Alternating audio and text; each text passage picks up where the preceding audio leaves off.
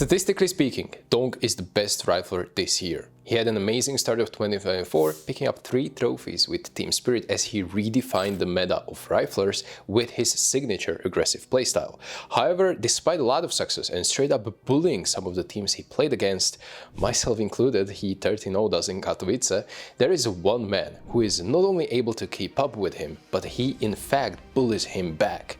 We're talking about Niko, and in this video we will be trying to understand that secret recipe he has to counter Donk. I went over every single duel they had this year, and I found some pretty interesting takeaways how these two players created the rivalry against one another.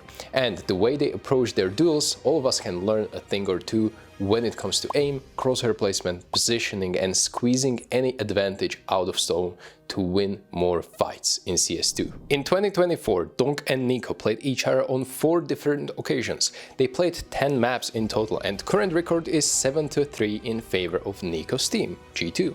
I have to say that 2 of those 3 maps that Spirit won were in a matchup where Monesi was unable to attend and Niko had to play with his coach, which is only underlying the fact that when these teams are in full strengths, G2 are just simply better.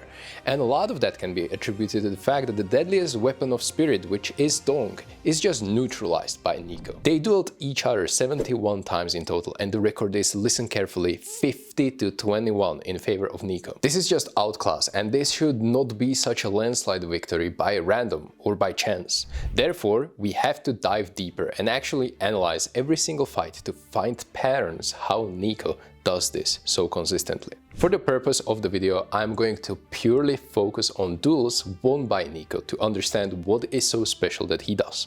I found and categorized every encounter he had with Donk in 3 groups. Group number 1 is called Outaim, where he won a fair duel or a duel where Donk wasn't the one in advantage. The second group is where Niko used a teammate in any form to assist him, whether it would be through flash or simply trading his death. The last group is straightforward, called unfair duels, which is a moment where Donk was backstabbed, unaware, or he had, for example, eco while Niko had a rifle. Niko simply out-aimed Donk in about a third of the duels he won. You can see some of them now, and you can notice a fact that Niko actually rarely crouches in these engagements. I don't know if this is a deliberate counter, but since Donk popularized so-called Donk Slide and everyone is trying to use it, this makes a lot of sense. You see, if you do a Donk Slide, you naturally lean into spray, where you aim below a headshot level. However, this can result in a lot of headshots anyway, but only if opponent crouch as well. If he does a donk slide against you. In the scene where everyone tries to donk slide as much as possible, Niko counters this by staying straight, so Donk is actually hitting Niko in the body and he can survive for longer. This makes sense in theory, right? So I'm kind of glad I managed to confirm this theory by finding so many scenarios where this plays out in Niko's favor, and in the end this is just a natural way how game evolves. Something works so well, everyone starts using, and once people find a counter to it, everyone will adopt the counter and the circle of meta continues. Another category is called helped by teammate, and I want to include this category for 2 reasons. One being that it can give you a better understanding of team play. Some teams build a game plan specifically to counter Donk and sometimes use multiple nade sets to force him away from a certain area of the map or damage him. Another reason is that even if you find yourself playing against much better opponents, through team play you can and will be able to make the game more competitive. Niko is very resourceful. For example, on CD side he uses teammates to set him up either by surprise boost or creates positional advantages by teammates' grenades. It feels like everything that he does makes sense. There is always a plan behind it, and honestly, this is a bit unfortunate that Donk is tasked with entry fragging a lot on T side, so he is the one encountering these surprise peaks that he can do very little about.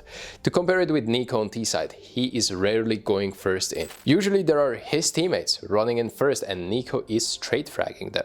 Another thing that differs these two are the roles. On T side, Niko lurks a lot more compared to Donk, and that will lead very nicely into our category number 3, which is all about those unfair duels. Why it is important to talk about these duels when in reality you can all the time blame it on the timing and these kills look that easy? Well, they amount to a total of 26 duels that Niko won, which is over 50%. This is just reality that Donk has to somehow deal with when playing against this guy. From Donk's POV, this is psychological warfare, where you need to perform despite you having almost no chance every second death by Niko.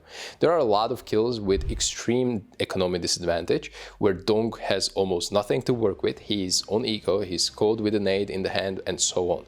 But a hefty amount of duels occur when Niko gets his lurk activated and kills Donk in the back, completely for free.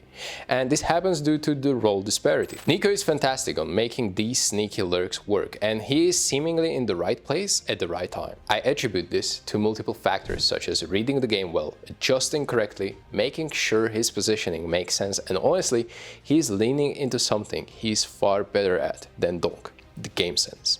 He's much more experienced. He's playing competitive CS for a decade now. Donk was in kindergarten a decade ago. If it isn't clear, I'm not saying you need this experience to beat Donk, but Niko has also superb mechanical skill to support his decision making, and because of that, he is simply too dangerous, like a player without a clear weakness to abuse. Last thing I want to mention is the way the numbers looked for Donk. I found a horror of a stat line that I want to share with you. Looking at the ratio of kills where Niko got any sort of help from teammates was around 20%. Donk was sitting less than half of that. In fact, I found only 2 kills where he was clearly having some sort of help from a teammate, and you see both of these clips right now. One is a rare occasion where someone else on Spirits is actually entering, and one is a round where they double peek Niko. Out of 10 maps played, these are the only situations I could find that resulted in Donk's kill. Kinda crazy, huh? But that only underlines the fact that Donk is the one aggressing, entering, and looking for first contact fights, compared to more reserved Niko, smartly waiting for his chance to strike. And honestly, it worked wonders for him to neutralize the threat some other teams are incapable of dealing with for the majority of 2024 so far. It is a gift to the foes of Spirit. Why not use this mouse? Long has my cousin, the steward of G2, kept the force of Spirit at bay. By blood's hands are your lands kept safe. Give G2 the weapon of the prodigy. Let us use it against him. You cannot wield it. None of us can. The one mouse answers to Donk alone. It has no other master. And what would a 0.9 rating know of this matter? I hope you like this kind of video, and I would really appreciate any sort of feedback, and if you liked it, let me know by hitting thumbs up or subscribing so I can do more. I put a lot of effort into video like this, but I really enjoyed it. I feel like I learned something new with over-analyzing so much footage, and I wanted to share it with the rest of you. Thanks for watching. Bye-bye. Huge shout out to my Ko-fi members for your continual support so I can make videos like this for you. And you should be seeing their names on the screen right now, and if you want to appear here too, please do check my Ko-fi page where you can gain tons of cool and exclusive perks at various tiers of membership. And when I say cool and exclusive, I truly mean it. Go check it out, it's worth it, I promise. Thank you for making my content better and possible.